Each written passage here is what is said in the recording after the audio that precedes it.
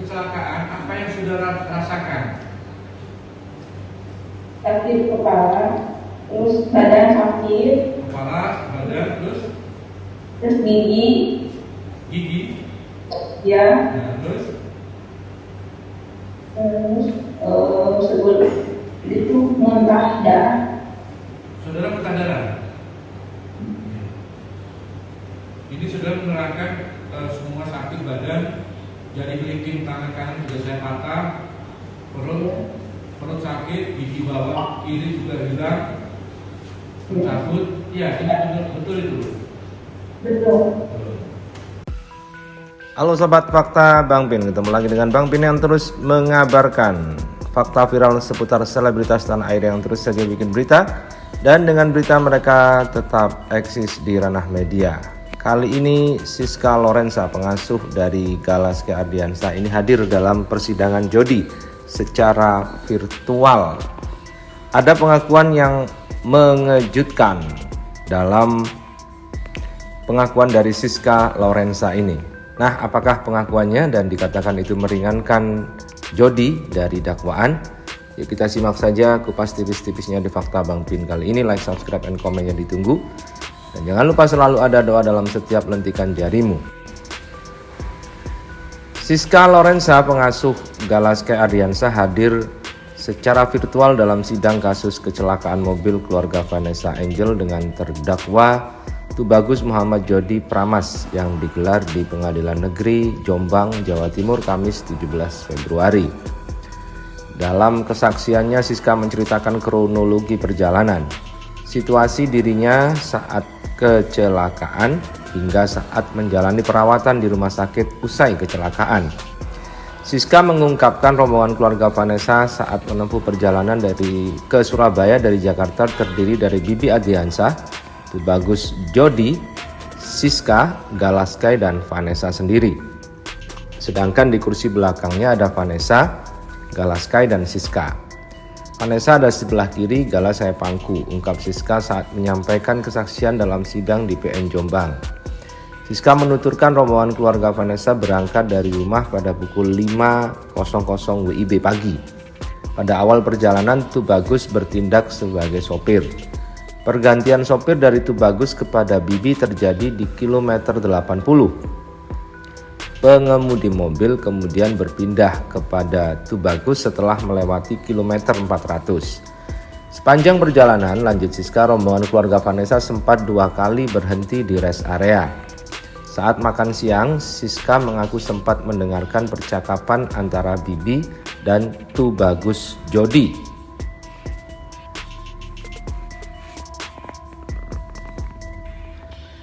Pengakuan Siska terungkap saat Siswoyo selaku penasehat hukum Tubagus mengklarifikasi keterangan Siska dalam berita acara pemeriksaan atau BAP yang diterbitkan kepolisian.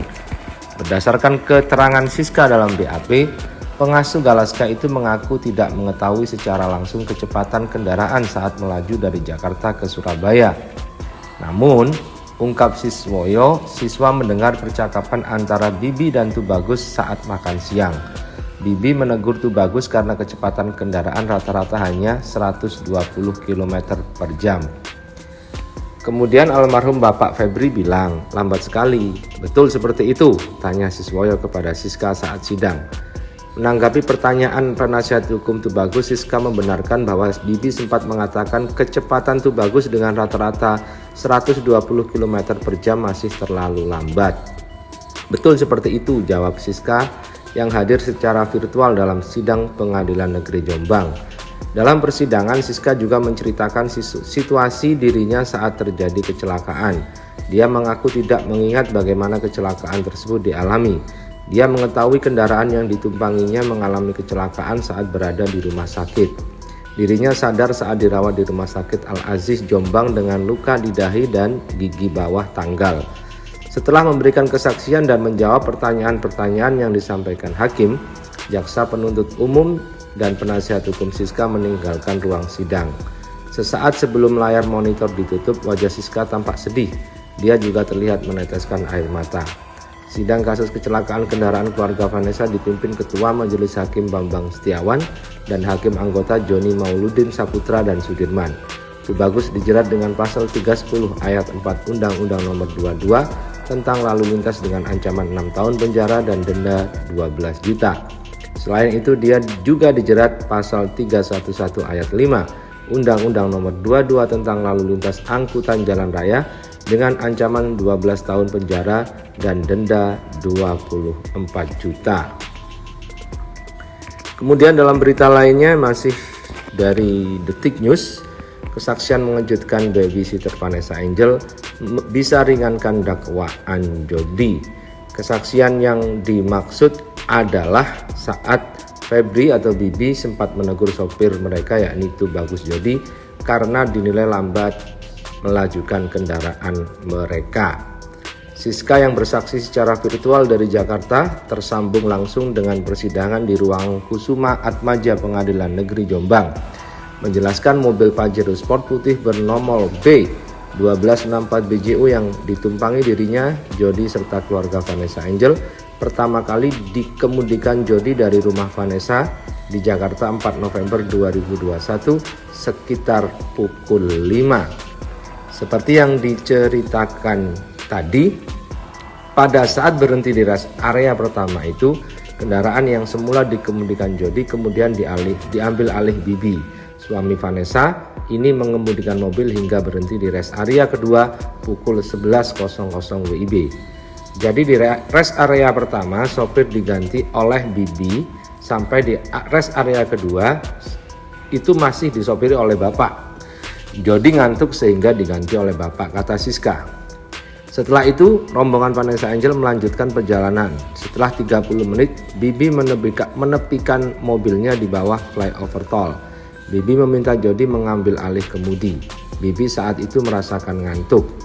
Ganti sopir di bawah jembatan diganti oleh Jodi karena bapak Bibi ngantuk tidak masuk ke rest area, terang Siska.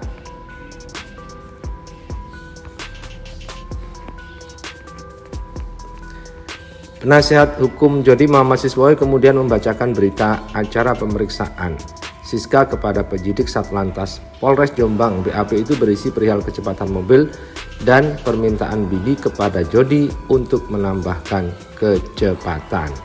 Nah, disitulah yang akhirnya kemudian bisa meringankan dakwaan Bibi. Ada pertanyaan nomor 10. Berapa kecepatan rata-rata mobil Mitsubishi Pajero Nopol B1264 BCU yang saudari tumpangi dari Jakarta menuju Surabaya sebelum terjadi kecelakaan lalu lintas tersebut? Jelaskan. Jawab saudara. Kecepatan rata-rata saya tidak tahu langsung. Akan tetapi mendengar perbincangan Febri dengan Jodi. Kecepatan kurang lebih 120 km per jam. Siswoyo juga menegaskan kembali kepada Siska soal perintah Bibi ke Jodi untuk menambah kecepatan laju mobil di tol. Kemudian almarhum Bapak Febri bilang, lambat sekali, betul? Berarti Pak Jodi pernah ditegur kalau kecepatannya kurang, tanya Siswoyo kepada Siska. Siska pun membenarkan apa yang disampaikan Siswoyo itu di hadapan majelis hakim. Betul, timpal Siska. Dan kemudian setelah itu maka persidangan pun ditutup.